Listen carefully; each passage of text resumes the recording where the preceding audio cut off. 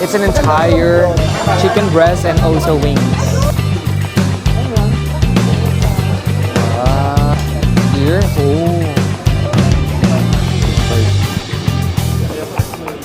So we finished the badminton and we're going to get dinner.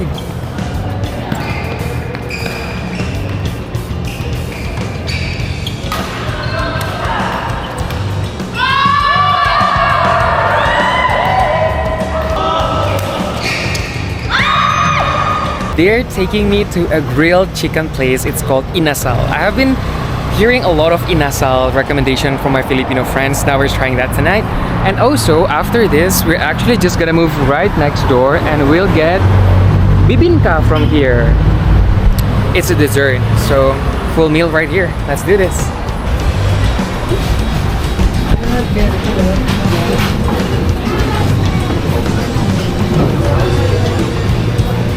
Oh, that's my group.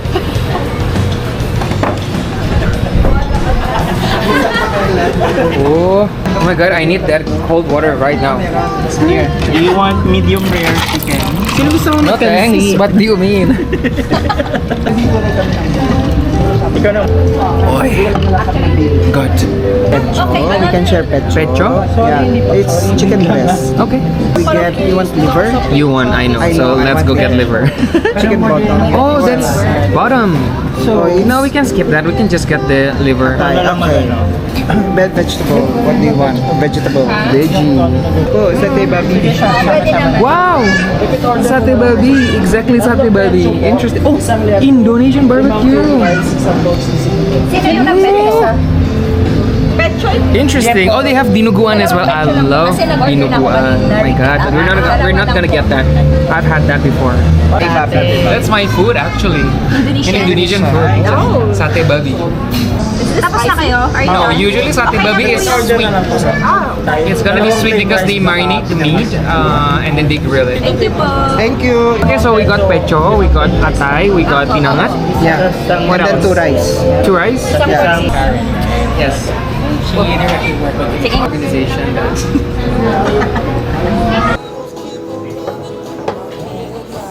Wow. Actually, the sisig looks good, Paul. Oh yeah, that's the good share. You can share. Ooh. pecho po ah. Chicken oil. You can Chicken put it oil. We just put it there. Really? The rice. Really? To make the rice more... Savory? Yeah. Oh, you can try this pecho. Malayo ka pa. Mmm. Plus, Wow. for sharing. Only that? What? We can share this one. It's Yeah, pretty we big. will share. We will share, of course. Wow. Can I try? Yes. Atay to, di ba? Yeah. Pinangat? Pinangat. Gabi. Shrimp, with shrimp. How would you do that? Is it good? Yep. Pinangat. It's an entire chicken breast and also wings. Mmm. And how do we eat it? Just like that? With oil? You want oil? Maybe later, I'll try it first. This is pinangat. It's like shrimp and leaves. What kind of leaf? Taro leaf. So shrimp With coconut. folded in taro leaf and then with coconut. Oh, the shrimp is oh, it's like mushed. Oh. Usually it's more taro. It smells nice. Umami. Nice. And coconutty. Let's try the chicken.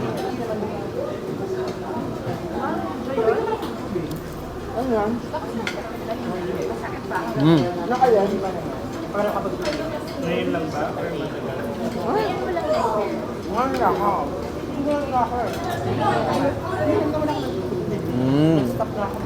It's savory, a little bit sweet, very smoky. Even though it's breast, it's still very moist. Wait, hot. I think the char gives really good smoky flavor and aroma. Then we eat it with the dip to make it even more salty.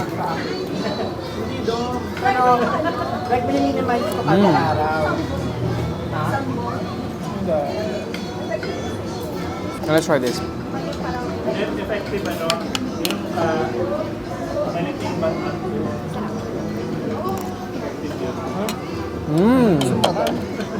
Wow. It's very coconutty. The shrimp is already minced, so you don't have the crunchiness of it anymore. But it's very umami. It's very sweet. The coconut milk is savory and creamy. So I think shrimp and coconut milk, they go really well together. And then the taro leaves, it give more fragrance to the dish. It's good. It's good. It's good.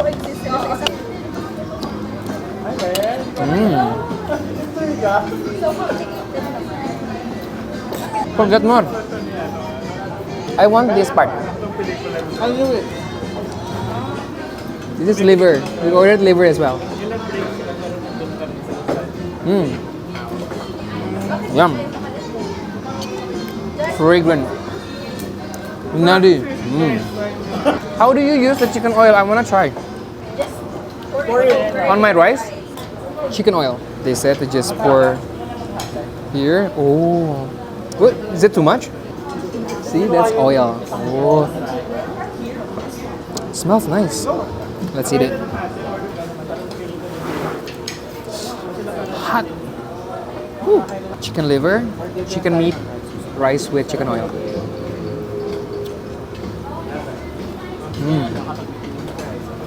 Thank you. The chicken oil makes it savory. It's nice. You like it? Wow. I like the chicken oil on top of the rice. Yum. The soy sauce here is infused with chili, so it's a bit spicy. The chicken together with the shrimp and coconut and taro leaf. That's good.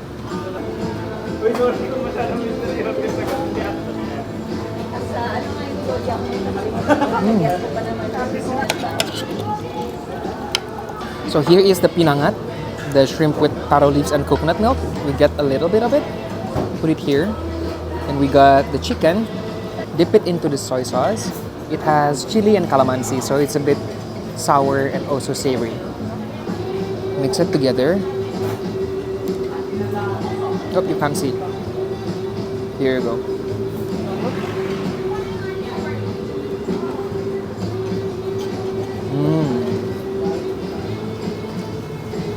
So they also tried sisig.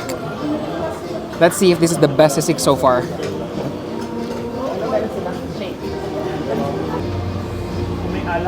The sisig is good. The sisig, I like the one that we got better still.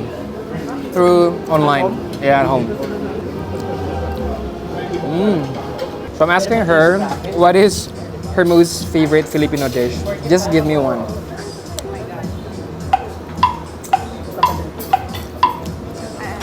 I feel like when I choose one, I am a traitor to the other dishes.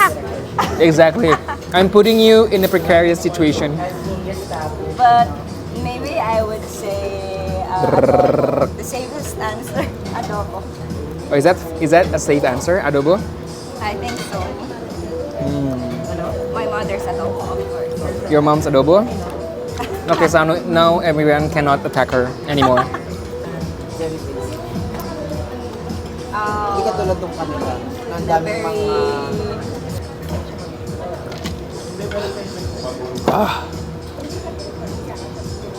I'm actually full. You're full? They're closed. No Bibingka today. I'm wanting this. Do we break the gate? Sad. What else can we get? Well, we didn't get the Bibingka, but we got a good dinner and some chit chat with some friends. Let's go home.